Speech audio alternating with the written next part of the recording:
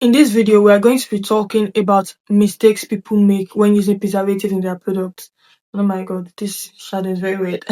So mistakes people make when using preservative in their products. So what is a preservative first? A preservative is that ingredient that you use in your product that helps to prevent the growth of mold, yeast, or bacteria in your product. So the first mistake people make is not using a broad spectrum preservative. There are different classes of preservative. There's broad spectrum, there's narrow spectrum.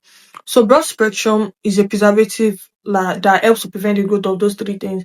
But a narrow spectrum preservative is one that maybe it might prevent growth of mold, but will not prevent growth of bacteria and yeast, or it might prevent growth of bacteria, might not prevent growth of mold, and so on. So the thing is that if you want to use a narrow spectrum preservative, then you use more than one.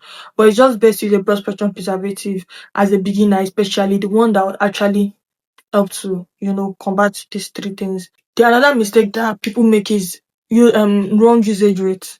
Now, for different preservatives, there is usage rate for the preservative. So, because a particular preservative has usage rate of 0.5%, does not mean that another preservative would also have usage rate of 0.5%.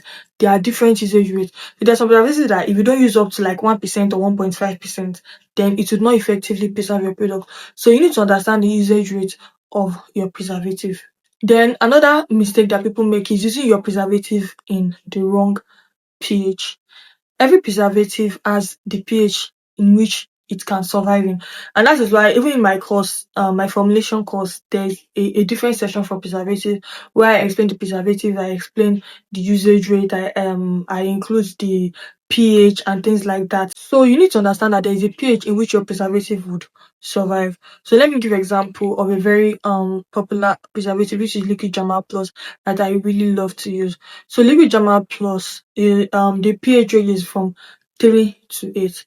So if your formulation, like your product, has a pH of lower than 3, then it will not be effective in the product. Or if your pH of your product is above 8, it will not be effective.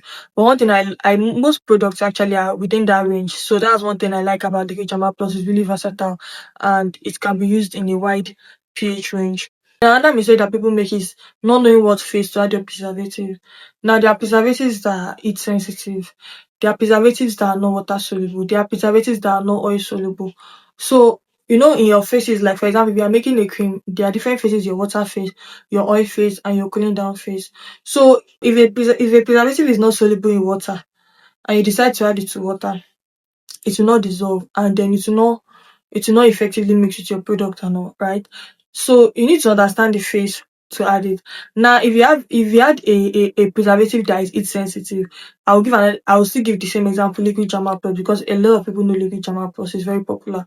Liquid Jama Plus is heat sensitive. Imagine you now put it in your water phase, like you put it on heat, then it is not going to be effective. Your product will definitely get spoiled because you are not putting it in the right phase. So you need to understand the right phase that you are to put your preservative. Then another mistake people make is not mixing their preservatives well, right? So when you put your preservative in your product, you need to mix it well. And again, there are different types of preservatives. So there are some preservatives that will need like way extra mixing. Like you might still need to use your mixer and all to mix that preservative to incorporate it well than some other preservatives that is easier to mix.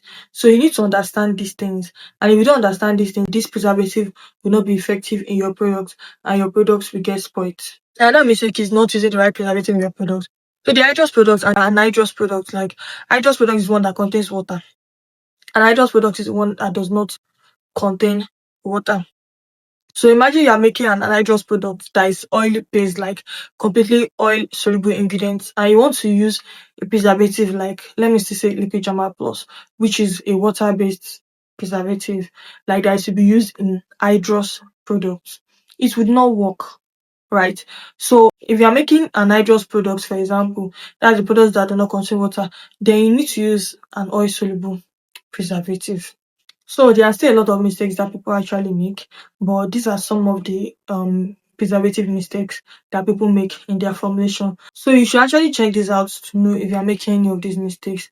Now, I cannot even start talking about the solutions to these mistakes in this video because it is already very long. So I will talk about that in the next video. So if you'd like to learn more about how to formulate your products, I have a course a formulation course where you can learn how to formulate various hair products and even haircare products. And for this 30 days challenge, it will be going off for 30%. Yeah, so you are going to learn so much in that course. Even after learning, you can always reach out to me to ask questions. It also comes with certificate, so you can send me a DM if you would like to know more about that. And follow me for more tips, because this is a 30 days challenge and there are still so many tips coming your way. If you are saying this on YouTube, subscribe to my channel, and if you are saying this on any of my other social media, then do follow me for more tips.